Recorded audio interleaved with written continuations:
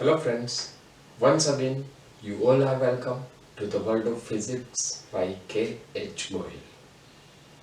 આજના લેક્ચરની અંદર આપણે ગોળીય અરીસા માટેનું ખૂબ જ અગત્યનું એવું સૂત્ર મેળવવા જઈ રહ્યા છીએ, જે સૂત્ર છે ગાઉસનું સૂત્ર, જેને ગોળીય અરીસાના સૂત્ર તરીકે પણ ઓળખવામાં આવે છે.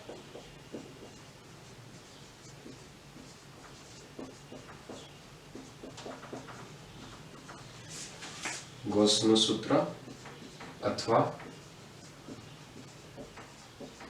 ગોળીય અરીસાનું સૂત્ર, અથવા આ જે સૂત્ર છે એ 1/f is equal to 1/u plus 1/v છે, જે ઘણી વખત વસ્તુ અંતર, પ્રતિબિંબ અંતર અને કેન્દ્ર લંબાઈ અથવા વક્રતા ત્રિજ્યા વચ્ચેનો સંબંધ દર્શાવતું સૂત્ર તરીકે પણ ઓળખાય છે.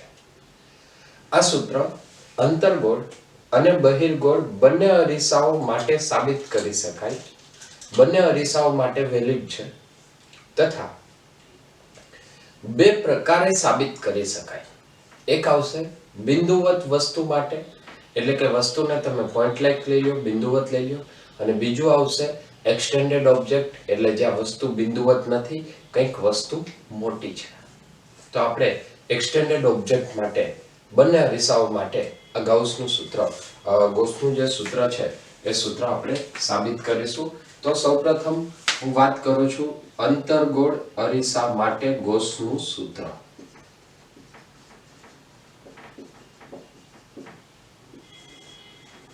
જો અંતર્ગોળ અરીસા માટે આપણે વાત કરીએ તો ત્યાં સૌથી પહેલા અંતર્ગોળ અરીસો એક દોરશું. અંતર્ગોળ અરીસા માટે જ્યારે પણ આપણે અરીસા દોરીએ ત્યારે કેટલીક વાત ધ્યાનમાં રાખવાની. અરીસાની જે વક્રતા છે એ શક્ય તેટલી ઓછી રાખવાની. હવે અરીસાના ધ્રુવ પરથી એક મુખ્ય અક્ષ લઈશું. તો અરીસાનું ધ્રુવ, મુખ્ય અક્ષ હોય તો અહીંયા આવશે મુખ્ય કેન્દ્ર F, એટલા જ અંતરે આવશે વક્રતા કેન્દ્ર C. હવે એક વસ્તુ લઈએ,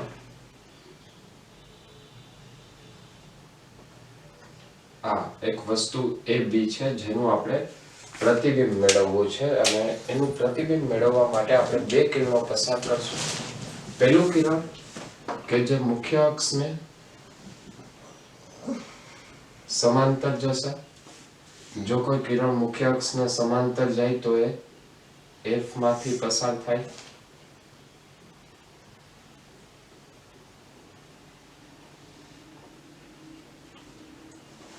અને બીજું જે કિરણ છે એ આપણે લઈશું ધ્રુવ ઉપર આપાત થાય. જો ધ્રુવ ઉપર આપાત થાય તો એ એટલા જ કોણે ફરીથી પરાવર્તન પામશે.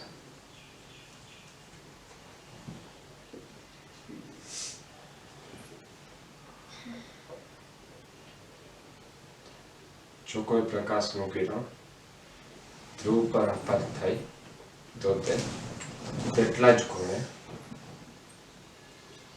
પરાવર્તન પામે. તો અહીંયા આપણને જે પ્રતિબિંબ મળે છે એ પ્રતિબિંબ ક્યાં મળશે? જ્યાં બંને કિરણો એકબીજાને છેદે છે. તો વસ્તુ જે AB હતું તેનું પ્રતિબિંબ આપણને મળશે A', B'. હવે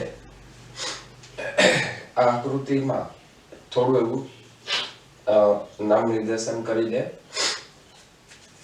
તો અહીંયા હું લખું છું બિંદુ, ધારો કે M છે. અહીંયા આપણે સંજ્ઞા પદ્ધતિ પણ લગાડવી પડશે, તથા અન્ય કેટલાક શબ્દો આપણે વ્યાખ્યાયિત કરી લઈએ. વસ્તુ અંતર, તો ધ્રુવથી વસ્તુનું અંતર આપણે જોઈ ગયા છીએ કે દરેક અંતરો ધ્રુવની સાપેક્ષે માપવામાં આવે છે. તો જ્યારે તમે ધ્રુવથી વસ્તુનું અંતર લ્યો છો તો એને આપણે દર્શાવશું u વડે. ધ્રુવથી વસ્તુનું અંતર u. ત્યારબાદ પ્રતિબિંબનું મતલબ ધ્રુવથી પ્રતિબિંબનું અંતર જેને આપણે દર્શાવશું v વડે, c થી ધ્રુવથી c નું અંતર જેને દર્શાવશું કેપિટલ R વડે, અને ધ્રુવથી મુખ્ય કેન્દ્રનું અંતર કેન્દ્ર લંબાઈ જેને દર્શાવશું સ્મોલ f વડે. હવે આ આકૃતિ પરથી આપણે ફરીથી આગળ વાત કરીએ તો અહીંયા હું બે ત્રિકોણ લઈશ. પહેલું ત્રિકોણ લઉં છું a b p એટલે આ ઉપરનું ત્રિકોણ, અને બીજું ત્રિકોણ લઉં છું a b p. બંને સમરૂપ ત્રિકોણ થાય. અહીંયા કોણ થીટા છે તો આ કોણ પણ થીટા થાય, એટલે બે ત્રિકોણ સમરૂપ ત્રિકોણ થશે. કયા કયા ત્રિકોણ? ત્રિકોણ a b p અને ત્રિકોણ a b p પરથી. બંને સમરૂપ ત્રિકોણ છે તો સમરૂપ ત્રિકોણ પરથી હવે આપણે એની બે બાજુઓને સરખાવી શકીએ. તો એક હું લઈશ વસ્તુના છેદમાં વસ્તુ અંતર અને પ્રતિબિંબના છેદમાં પ્રતિબિંબ અંતર. તો એના ઉપરથી લખશું ab upon pb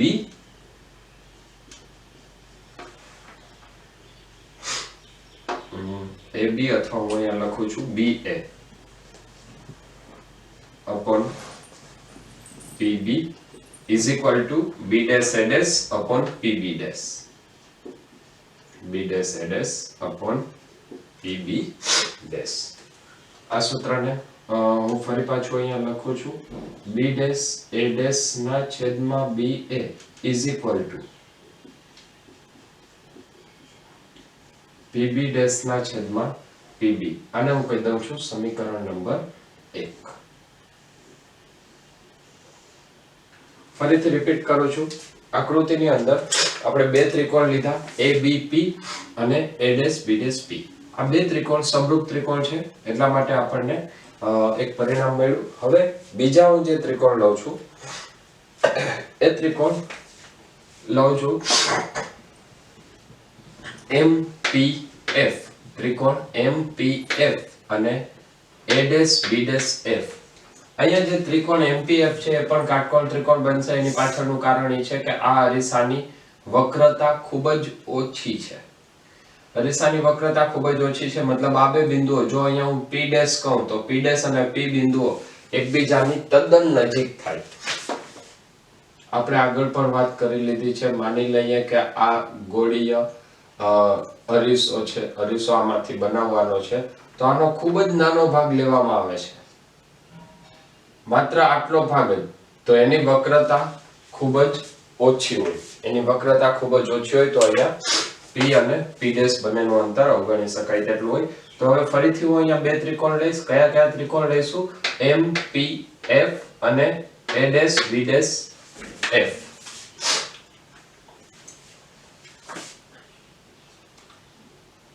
ત્રિકોણ MPF અને ત્રિકોણ a b f પરથી. ચાલો ત્રિકોણ MPF તો સામેની બાજુ અને પાસેની બાજુ. સામેની બાજુ એટલે PM. PM કેના જેટલું છે? BA જેટલું. તો હું અહીંયા લખું છું PM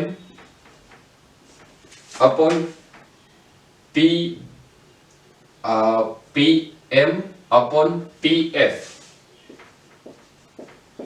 is equal to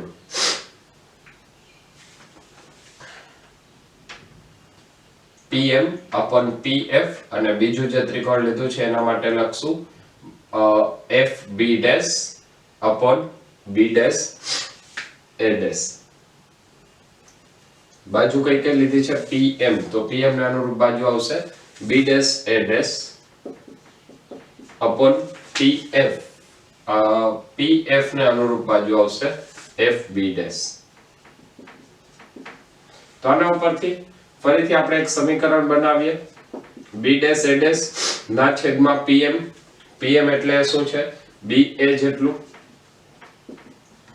is equal to FB dash ના છેદમાં PF. FB dash ના છેદમાં PF. આ સમીકરણની અંદર fb' જે છે એ f થી પ્રતિબિંબ સુધીનું અંતર છે. જો મારે આટલું અંતર વ્યાખ્યાયિત કરવું હોય તો આખું અંતર શું છે? પ્રતિબિંબ અંતર v અને બાકીનું અંતર શું છે? f. તો શું આને v - f લખાય? અથવા આકૃતિ પરથી હું વાત કરું છું b'f b'f વ્યાખ્યાયિત કરવું છે તો b'f વ્યાખ્યાયિત કરવા માટે હું ફરીથી અહીંયા એક સ્ટેપ લખું છું. આકૃતિની અંદર તમે જોઈ શકશો b'fp ત્રણે રેખીય છે. ત્રણે રેખીય હોય તો લખાય b'f plus pf is equal to pb dash. તો આના ઉપરથી fb dash અથવા b dash f શું મળશે? b dash f is equal to pb dash minus pf. તો અહીંયા હું fb dash માટે લખું છું ફરીથી આના ઉપરથી pb dash minus pf. હવે આપણને જે બે સમીકરણ મળ્યા એ બંને સમીકરણને આપણે સરખાવી દઈએ. તો બંને સમીકરણની ડાબી બાજુઓ સમાન છે તો બંનેની જમણી બાજુને સરખાવી શકાય. બંનેની જમણી બાજુને સરખાવશો એટલે ફરીથી એક પરિણામ મળશે pb dash ના છેદમાં pb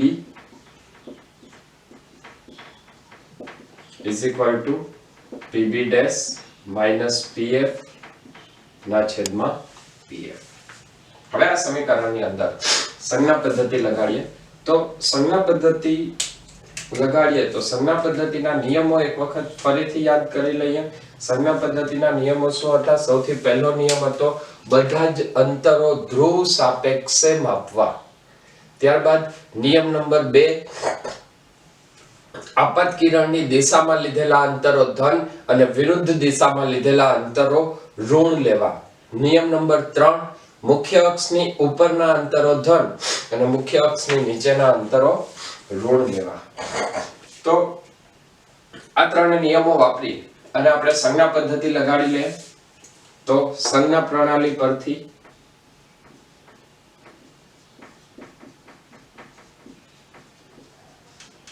ફરીથી હું અહીંયા નિયમ રિપીટ કરતો જાઉં છું. પહેલા મારે જોઈએ છે pb dash.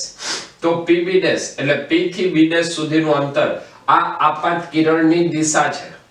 આ બાજુ અરીસાની પરાવર્તક સપાટી છે તો આ આપાત કિરણની દિશા થઈ. આપણે p થી b dash માટે કઈ બાજુ આવ્યા? આપાત કિરણની વિરુદ્ધ દિશામાં. બધા અંતરો ધ્રુવ સાપેક્ષે માપવા મતલબ ધ્રુવથી માપવાના છે. તો b dash થી p નહીં, ક્યાંથી આવવાનું? p થી b dash. તો તમે p થી b dash આવો તો આપાત કિરણની વિરુદ્ધ દિશામાં જાઓ છો અને આપાત કિરણની વિરુદ્ધ દિશામાં લીધેલા અંતરો કેવા લેવાના છે? ઋણ. મતલબ જે pb dash છે એટલે કે પ્રતિબિંબ અંતર એ કેવું આવશે? -v.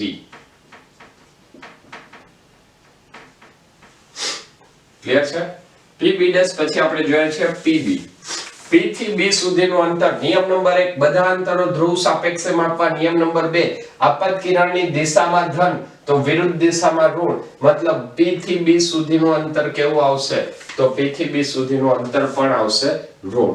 તો હું અહીંયા લખું છું pb is equal to -u. વસ્તુ અંતરને આપણે u વડે દર્શાવેલું છે.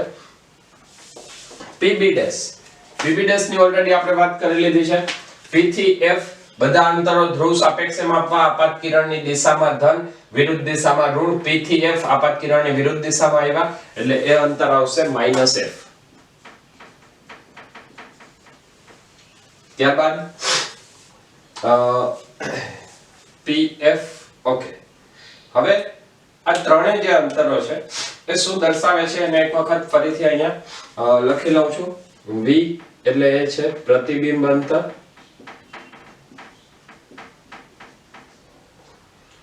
u એટલે એ છે વસ્તુ અંતર, f એટલે કેન્દ્ર લંબાઈ.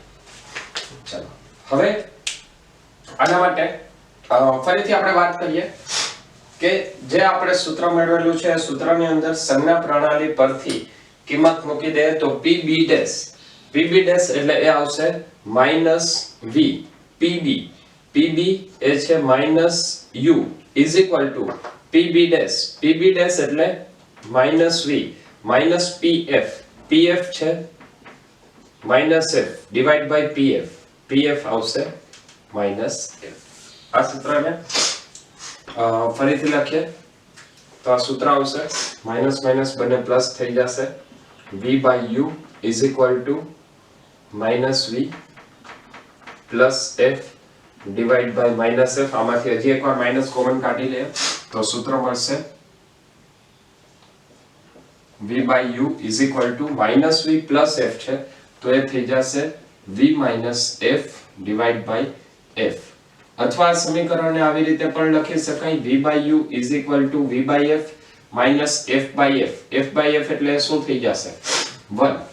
આ f બંનેના છેદમાં લખાય v by f minus f by f, f by f એટલે 1.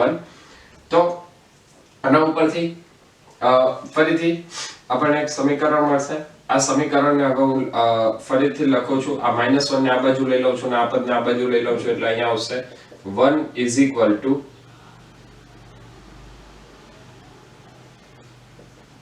v by f plus v by u. 1 is equal to v by f plus 1 is equal to v by f minus v by u. આની અંદરથી હું v ને common કાઢી લઉં છું તો 1 is equal to v into 1 upon f minus 1 upon u. v ને સામે જવા દો, 1 upon v is equal to 1 upon f minus 1 upon u. minus 1 upon u સામે જાય તો પ્લસ થાય એટલે 1 upon u plus 1 upon v is equal to 1 upon f. આ સૂત્રને ગોળીય અરીસા માટેનું ગૌસનું સૂત્ર તરીકે ઓળખવામાં આવે છે. જે સૂત્ર આપણે અત્યારે અંતર્ગોળ અરીસા માટે સાબિત કરેલું છે અથવા ને r ના સંદર્ભમાં પણ લખી શકાય. તો r ના સંદર્ભમાં લખવું હોય તો શું લખશું? f is equal to r by 2 પરથી તો ફરીથી આ સમીકરણને લખી શકાય 1 upon u plus 1 upon v is equal to r by 2. એકના છેદમાં r by 2 એટલે એ થશે 2 by r. આ જે સૂત્ર છે એ બંને સૂત્ર એ ગોળીય અરીસા માટે ગૌસના સૂત્ર દર્શાવે છે. તો આ વાત કરી આપણે ગોળીય અંતર્ગોળ અરીસા માટે ગૌસનું સૂત્ર. ફરીથી આવું જ સૂત્ર બહિર્ગોળ અરીસા માટે પણ સાબિત કરીશું. હવે બહિર્ગોળ અરીસા માટે ગૌસનું સૂત્ર આપણે સાબિત કરીશું.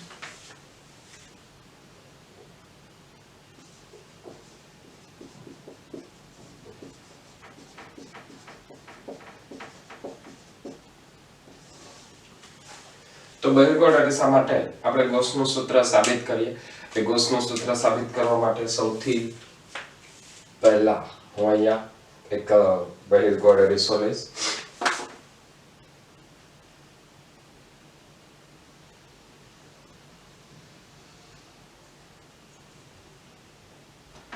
બહિર્ગોળ અરીસા બાદ આપણે એની મુખ્ય અક્ષ વ્યાખ્યાયિત કરીશું. મુખ્ય અક્ષ પરથી ધ્રુવ અને વક્રતા કેન્દ્ર તથા મુખ્ય કેન્દ્ર. તો આ અરીસો છે બહિર્ગોળ. માની લઈએ આ અરીસાનો ધ્રુવ, ધ્રુવ બાદ આવશે મુખ્ય કેન્દ્ર અને વક્રતા કેન્દ્ર. હવે આપણે આ અરીસા માટે સૌપ્રથમ એક વસ્તુ દોરીએ. માની લઈએ કે વસ્તુને આપણે અરીસાની સામે આ સ્થિતિમાં ગોઠવેલી છે. વસ્તુ લઈએ છીએ AB. જો આ વસ્તુ AB હોય અને એનું પ્રતિબિંબ મેળવવું હોય તો પ્રતિબિંબ મેળવવા માટે અહીંયા આપણે ફરીથી કેટલાક કિરણો પસાર કરશું. એની અંદર સૌથી પહેલું જે કિરણ લઉં છું એ હું લઉં છું મુખ્ય અક્ષને સમાંતર કિરણ. જો કોઈ કિરણ મુખ્ય અક્ષને સમાંતર જાય તો એ એવી રીતે પરાવર્તન પામશે કે જેથી એ પરાવર્તન બાદ જે દિશામાં જાય છે એને જો પાછળ તરફ લંબાવીએ તો એ કેમાં છેદશે? F માં છેદશે. ત્યારબાદ બીજું જે પ્રકાશનું કિરણ લઉં છું એ ડાયરેક્ટ C માંથી પસાર કરીએ છીએ. જો એ C માંથી પસાર થાય તો એ જ દિશામાં પાછું વળે.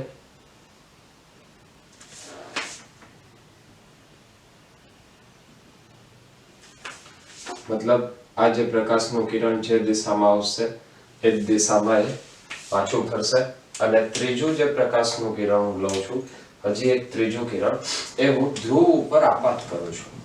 જો આપણે કોઈ પ્રકાશના કિરણને ધ્રુવ ઉપર આપાત કરીએ તો ત્યાં પરાવર્તનના નિયમ પ્રમાણે જેટલા કોણે આપાત થાય છે એટલા જ કોણે એ પરાવર્તન પામે.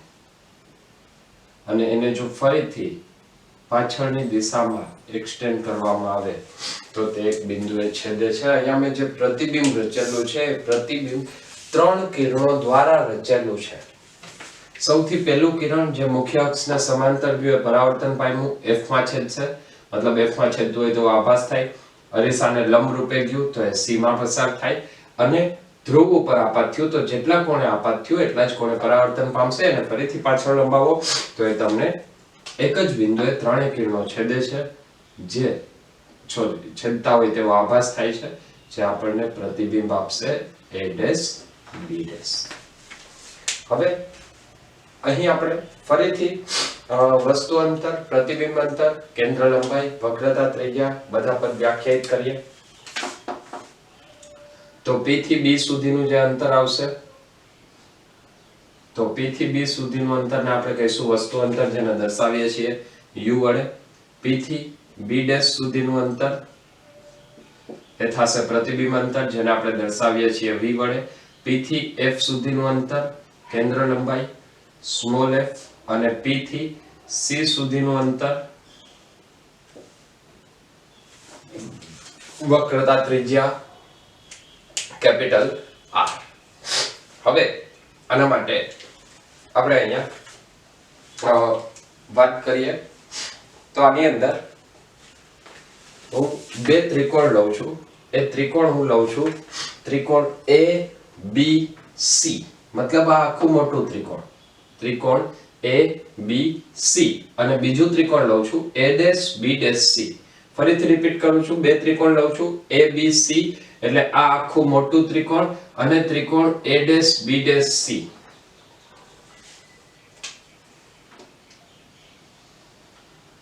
આકૃતિ થોડી એવી કોમ્પ્લિકેટેડ છે, કારણ કે મેં અહીંયા જે પ્રતિબિંબ મેળવ્યું છે એ 3 કિરણોથી મેળવેલું છે.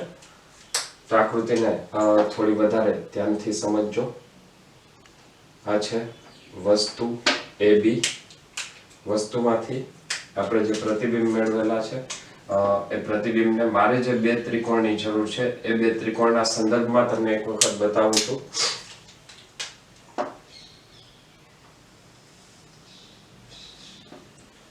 બરાબર. અને અહીંયા જ્યાં છેદે છે બે કિરણો ત્યાં મેં લખેલું છે A ડેશ B ડેશ. તો આ આપણું પ્રતિબિંબ થશે. હું ઉપરની આકૃતિમાંથી આ બે ત્રિકોણની વાત કરું છું. ત્રિકોણ ABC અને A dash B dash C. આ બંને ત્રિકોણો કેવા થશે? સમરૂપ ત્રિકોણ થશે. તો ફરીથી અહીંયા હું શરૂઆત કરું છું. ત્રિકોણ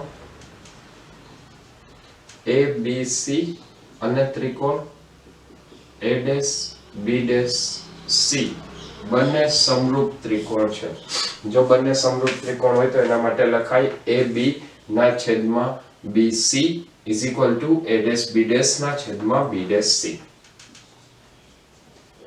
AB ના છેદમાં BC is equal to A dash B dash ના છેદમાં B dash C.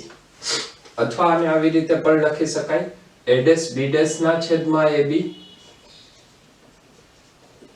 is equal to B dash C ના છેદમાં BC, B ડેશ C ના છેદમાં BC. હવે ફરીથી આપણે બીજા બે ત્રિકોણ લઈએ. બીજા બે ત્રિકોણ માટે હું ત્રિકોણ લઉં છું ABP, મતલબ આ ત્રિકોણ, અને બીજું ત્રિકોણ આવશે A dash B dash P. ફરીથી એક નાની એવી આકૃતિ દ્વારા તમને એ બંને ત્રિકોણ અહીંયા અલગ કરીને બતાવું છું. હવે જે બે ત્રિકોણ લેવા છે એ બે ત્રિકોણ આવશે A B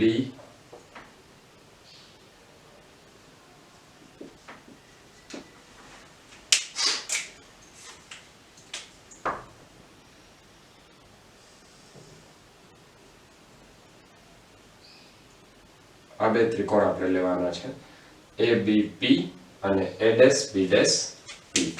તો ફરીથી હું અહીંયા વાત કરીશ ત્રિકોણ ABP અને ત્રિકોણ A'B'P પરથી.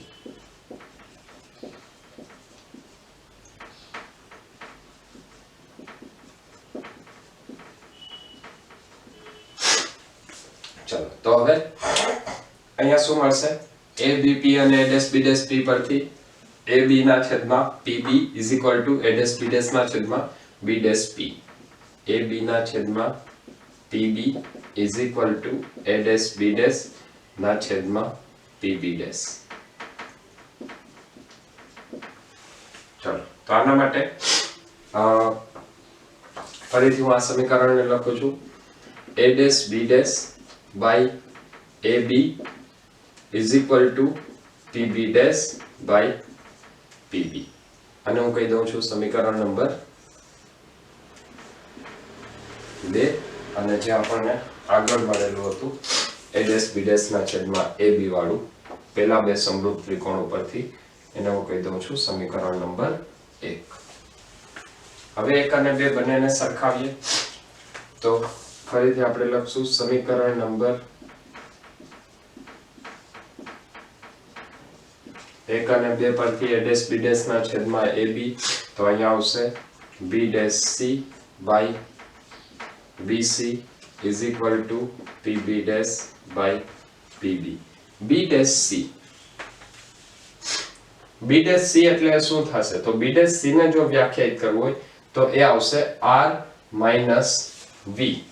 B'C એટલે શું આવશે R minus V. તો હું અહીંયા લખીશ B'C માટે આકૃતિ પરથી B'C is equal to PC minus PB'.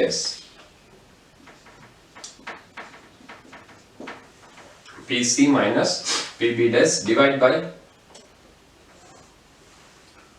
BC. BC એટલે BP plus PC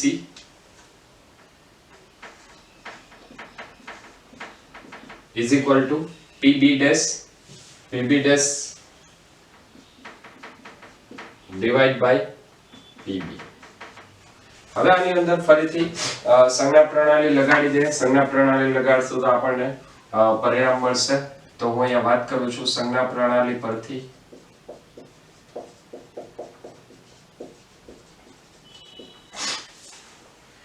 PC.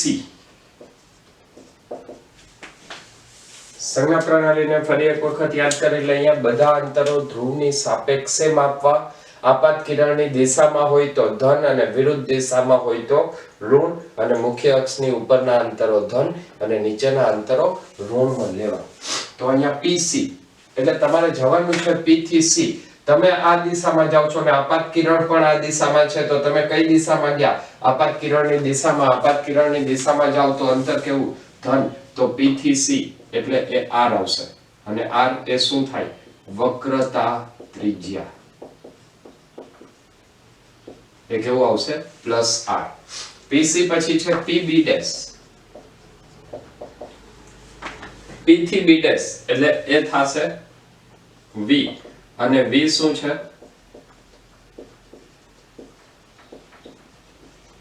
પ્રતિબિંબ અંતર. તો P થી B' માટે ફરીથી આપણે આપાત કિરણની દિશામાં જ જાય છે. બધા અંતરો ધ્રુવ સાપેક્ષે માપવાના છે. આપાત કિરણની દિશામાં જાવ અંતર ધન તો PB' પણ આવશે ધન. PB' પછી આવશે BP અથવા PB. PB એટલે એ આવશે U અને એ છે વસ્તુ અંતર. બધા અંતરો ધ્રુવ સાપેક્ષે માપવાના છે, મતલબ તમે P થી B બાજુ આવો છો, આપાત કિરણની દિશા કરતા વિરુદ્ધ દિશામાં, અને તો વસ્તુ અંતર કેવું આવશે? માઈનસ. હવે અહીંયા હું આ સમીકરણમાં કિંમત મૂકું છું, PC - PB ડેશ. PC એટલે R - PB dash V divide by BP मतलब -U plus PC plus R is equal to PB dash V divide by PB. PB मतलब ये આવશે -U. તો આ સમીકરણને એક કામ કરીએ, આ બંનેનું ફરીથી લખું છું, R - V by V is equal to -U plus R divided by -U. તો આ સમીકરણને ફરીથી લખાય, R by V -1 is equal to -U by -U એટલે +1 અને plus R by -U, -U by -U એટલે +1 અને R by -U. આ -1 ને સામે જવા દે તો એ +1 થશે, અને R by U ને આ બાજુ લઈ લે તો એ આવશે R by U -R by U છે એટલે +R by U plus R by V is equal to 1 plus 1 એટલે 2. ફરીથી આમાંથી R ને કોમન કાઢીને સામે જવા દે તો એ આવશે 1 upon U plus 1 upon V is equal to 2 by R, અથવા આપણે જાણીએ છીએ R is equal to 2F પરથી 1 upon U plus 1 upon V is equal to 1 upon F. તો ફરીથી બહિર્ગોળ અરીસા માટે પણ આપણને એ જ સૂત્ર મળે છે જે દર્શાવે છે કે અંતર્ગોળ અરીસો અને બહિર્ગોળ અરીસો બંને અરીસાઓ માટે ગૌસનું સૂત્ર સાચું છે, અને જે સૂત્ર આવશે 1 upon F is equal to 1 upon U plus 1 upon V. હવે ગોળીય અરીસા માટે આગળ દાખલાઓ ગણીએ એની પહેલા મોટવણીના સૂત્રથી શરૂઆત કરીએ. તો હવે આપણે જોવાના છીએ આજના લેક્ચરનો બીજો ટોપિક અને છેલ્લો ટોપિક, એ છે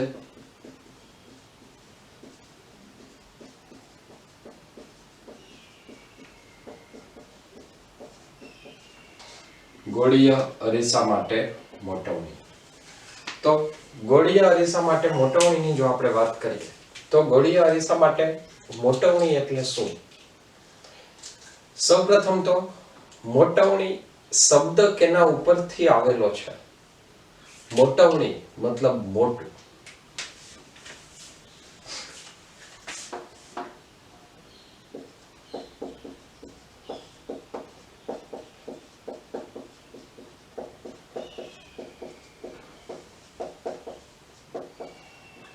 મોટવણી મતલબ કેટલા ગણું મોટું.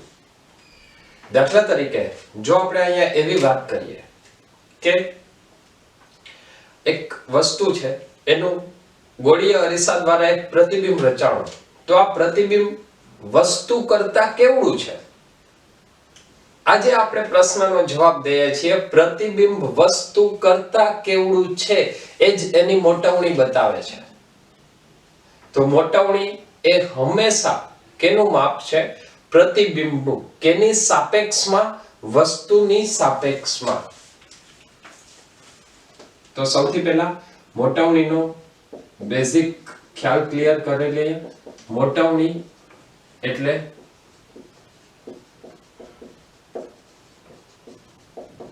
વસ્તુની સાપેક્ષમાં પ્રતિબિંબનું માપ. માપ મતલબ એ ત્રણ હોઈ શકે.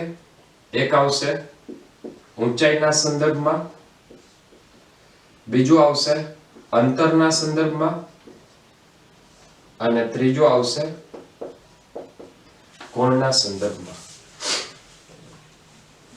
હવે આ જે મોટવણીની આપણે વાત કરી, એ મોટવણીનું આપણે સૂત્ર મેળવશું.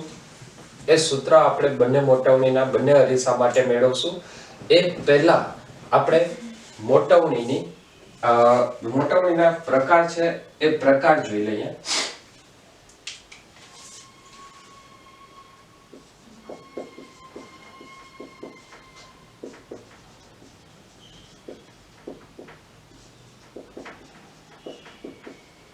મોટવણી મેગ્નિફિકેશન.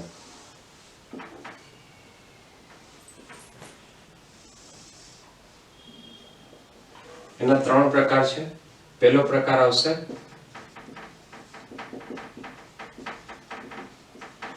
લોન્જિટ્યુડિનલ મેગ્નિફિકેશન, બીજો પ્રકાર આવશે ટ્રાન્સવર્સ મેગ્નિફિકેશન અને ત્રીજો પ્રકાર આવશે એન્ગ્યુલર મેગ્નિફિકેશન. લોન્જિટ્યુડિનલ મેગ્નિફિકેશન મતલબ એને આપણે કહી શકીએ અક્ષીય મોટવણી. લોન્જિટ્યુડિનલ મેગ્નિફિકેશન ને કહેશું અક્ષીય મોટવણી. જે ટ્રાન્સવર્સ મેગ્નિફિકેશન છે એને આપણે કહીશું ઊંચાઈના સાપેક્ષમાં અથવા લંબ અક્ષીય મોટવણી.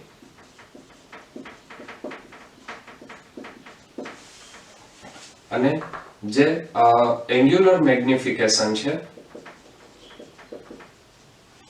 એન્ગ્યુલર મેગ્નિફિકેશન ને કહીશું કોણીય મોટવણી. હવે વાત આવશે આમાંથી ક્યારે કેનો ઉપયોગ કરવો જોઈએ. તો મોટવણીના આપણે 3 પ્રકાર લીધા છે. સૂત્રના સ્વરૂપમાં વાત કરીએ એની પહેલા હું તમને મોટવણી વિશે થોડો બેઝિક કન્સેપ્ટ એકદમ ક્લિયર કરાવવા માંગુ છું ને ત્યારબાદ આપણે મોટવણીનું સૂત્ર મેળવશું. તો મોટવણી એટલે શું છે? તો મોટવણી એટલે વસ્તુની સાપેક્ષમાં પ્રતિબિંબનું માપ. આ માપ 3 રીતે લઈ શકાય. વસ્તુની ઊંચાઈને પ્રતિબિંબની ઊંચાઈને વસ્તુની ઊંચાઈ સાથે સરખાવો, પ્રતિબિંબના અંતરને વસ્તુના અંતર સાથે સરખાવો અને પ્રતિબિંબના કોણને વસ્તુના કોણ સાથે સરખાવો. આ સ્થિતિમાં જે મોટવણી છે એ 3 પ્રકારની મળશે. અક્ષીય મોટવણીની અંદર જે વસ્તુ છે એ વસ્તુ અક્ષ પર રાખેલી હશે.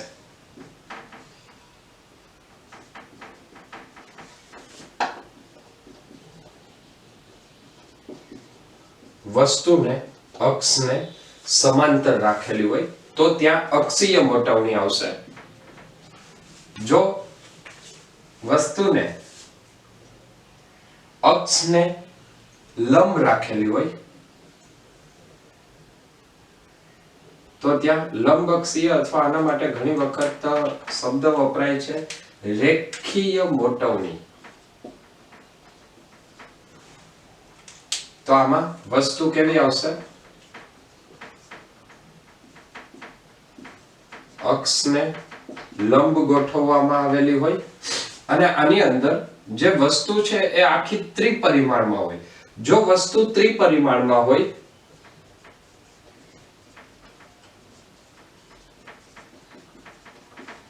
તો ત્યાં વસ્તુના કોઈ એક બિંદુનું પ્રતિબિંબ ક્યાં મળશે એના માટે એનો ખૂણો વ્યાખ્યાયિત કરી વસ્તુ સાથેનો અને પ્રતિબિંબ સાથેનો કોણ મેળવવામાં આવે છે ત્યારે તેને કોણીય મોટવણી ઉપયોગમાં લેવામાં આવે છે. હવે આ 3 મોટવણી માટે એક માત્ર ઉદાહરણ જોઈ લઈએ. દાખલા તરીકે હું અહીંયા ઉદાહરણ આપું છું અંતર્ગોળ અરીસાનું.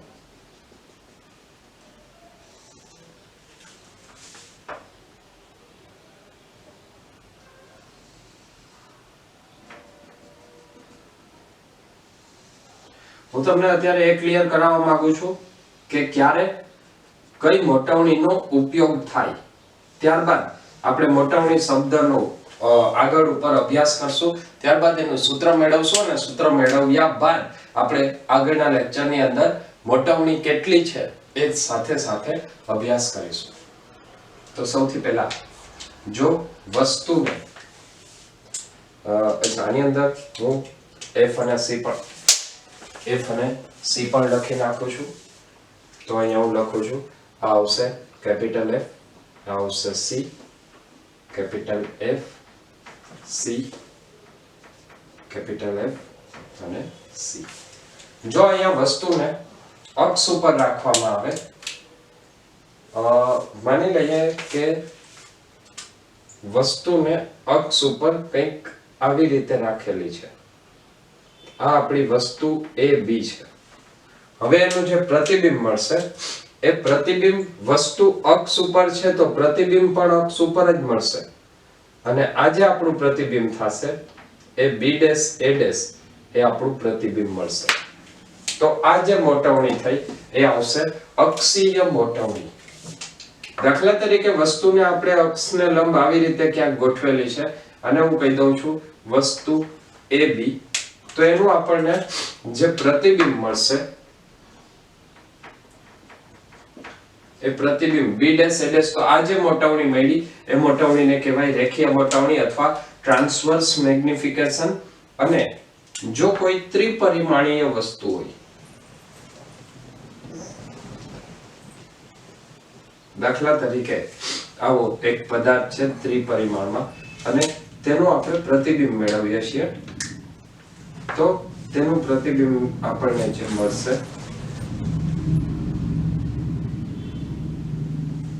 એ પ્રતિબિંબ માટે તેના કોઈ પણ એક બિંદુ સાથેનો કોણ, વસ્તુના કોઈ એક બિંદુ સાથેનો કોણ અને પ્રતિબિંબના તે જ બિંદુ સાથેનો કોણ જો વ્યાખ્યાયિત કરવામાં આવે, જ્યારે ત્રિપરિમાણીય વસ્તુની વાત આવે ત્યારે વ્યાખ્યાયિત કરશું અને એના માટે મોટવણી વપરાશે, એ આવશે એન્ગ્યુલર મોટવણી.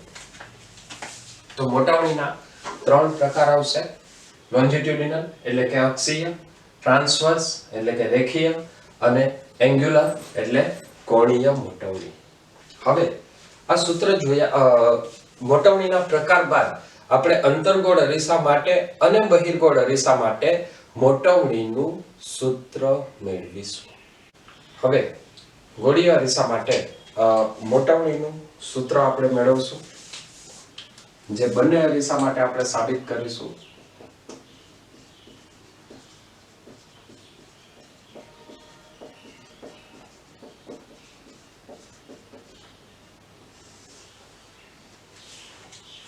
આ જે મોટવણીનું સૂત્ર છે એ આપણે એક મોટવણીનું સૂત્ર મેળવશું અને એના ઉપરથી 3 મોટવણીના સૂત્રોની વાત કરીશું. તો સૌપ્રથમ હું અંતર્ગોળ અરીસા માટે વાત કરું છું. તો અંતર્ગોળ અરીસા માટે આપણે મોટવણીનું સૂત્ર જોઈએ.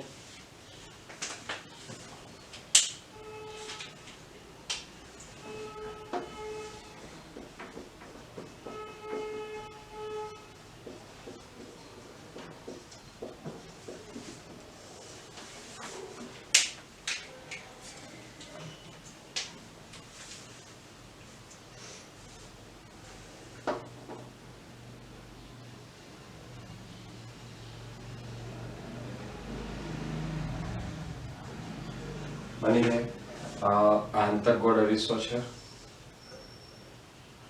આંતરગોળ અરીસાનો ધ્રુવ, ત્યારબાદ આ આવશે મુખ્ય કેન્દ્ર, એટલા જ અંતરે આવશે વક્રતા કેન્દ્ર.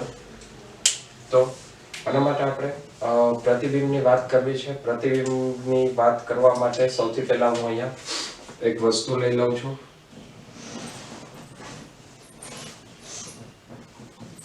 વસ્તુને દર્શાવીએ છીએ AB વડે. આ વસ્તુનું સૌપ્રથમ આપણે પ્રતિબિંબ મેળવવું પડશે. પ્રતિબિંબ મેળવવા માટે એક કિરણ મુખ્ય અક્ષને સમાંતર પસાર કરીએ. જો કોઈ પ્રકાશનું કિરણ મુખ્ય અક્ષને સમાંતર જાય તો તે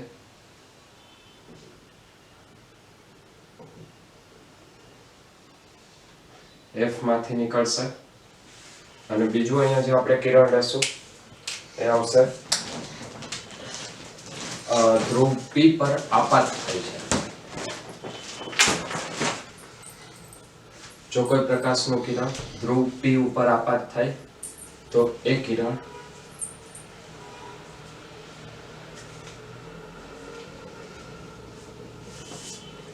કંઈક એટલા જ કોણે પાછું વળે અને જ્યાં બંને કિરણો છેદે છે ત્યાં આપણને પ્રતિબિંબ મળશે એ પ્રતિબિંબને આપણે નામ આપશું a ડેશ b ડેશ. તો આના ઉપરથી ફરીથી આપણે આકૃતિ ઉપરથી મોટાવણીનું સૂત્ર મેળવીએ. મોટાવણીના સૂત્ર માટે હવે આપણને સંજ્ઞા પદ્ધતિ પણ ખબર છે અને સંજ્ઞા પણ ખબર છે, તો હું અહીંયા સંજ્ઞા લખી નાખું છું. a ડેશ થી b ડેશ જે છે એ કહેવાય પ્રતિબિંબ અંતર pb ડેશ પ્રતિબિંબ અંતર v અને pb આવશે વસ્તુ અંતર u. હું અહીંયા આ આકૃતિની અંદર બે ત્રિકોણ લઉં છું, ABP અને A dash B dash P. ત્રિકોણ ABP અને ત્રિકોણ A dash B dash P સમરૂપ ત્રિકોણો છે. જો સમરૂપ ત્રિકોણ હોય તો એના માટે આપણે ફરીથી લખી શકીએ AB ના છેદમાં PB બરાબર A ડેશ B ડેશ ના છેદમાં PB ડેશ. AB ના છેદમાં PB is equal to A dash B dash divided by PB dash. અથવા અને આપણે આવી રીતે લખી શકીએ A dash B dash ના છેદમાં AB is equal to A dash B dash by AB is equal to PB dash by PB. જો મોટાવણીની વાત કરીએ તો મોટાવણી એટલે વસ્તુની સાપેક્ષમાં પ્રતિબિંબની વાત છે, તો આપણે છેદમાં જેની સાપેક્ષમાં હોય એને છેદમાં લખવું પડે, એટલે છેદમાં લખશું વસ્તુ, તો ઉપર આવશે પ્રતિબિંબ. A dash B dash એટલે પ્રતિબિંબની ઊંચાઈ છે, તો પ્રતિબિંબની ઊંચાઈ એને આપણે લખીએ h dash. વસ્તુની ઊંચાઈ એને હું લખું છું h, તો આ સૂત્ર શું આવશે h dash by h is equal to PB dash. PB dash એટલે પ્રતિબિંબનું અંતર ના છેદમાં PB. PB એટલે વસ્તુનું અંતર. અહીંયા જો આપણે હવે સંજ્ઞા પદ્ધતિ લગાડી દઈએ તો h ડેશ જે છે એ આવશે માઈનસ મુખ્ય અક્ષથી નીચે તરફના અંતરો ઋણ, h જે છે એ આવશે પ્લસ વસ્તુની ઊંચાઈ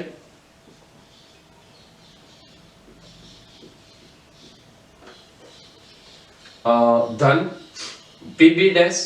P થી B ડેશ એટલે આપાત કિરણની વિરુદ્ધ દિશા એટલે -v. P થી B આપાત કિરણની વિરુદ્ધ દિશા એટલે -u.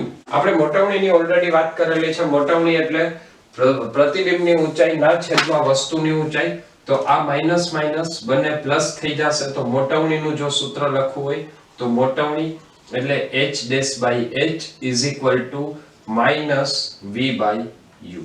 મોટાવણીનું સૂત્ર મળશે મોટાવણી m is equal to h dash by h is equal to -v by u.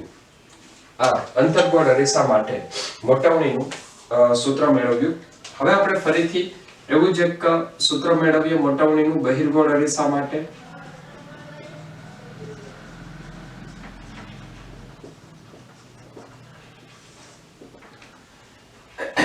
બહિર્ગોળ અરીસા માટે મોટાવણીનું સૂત્ર મેળવવું હોય તો ફરીથી એક વખત આપણે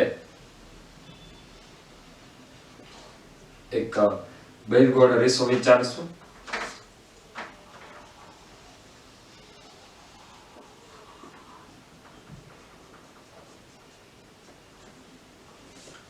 બહિર્ગોળ અરીસા માટે ધ્રુવ P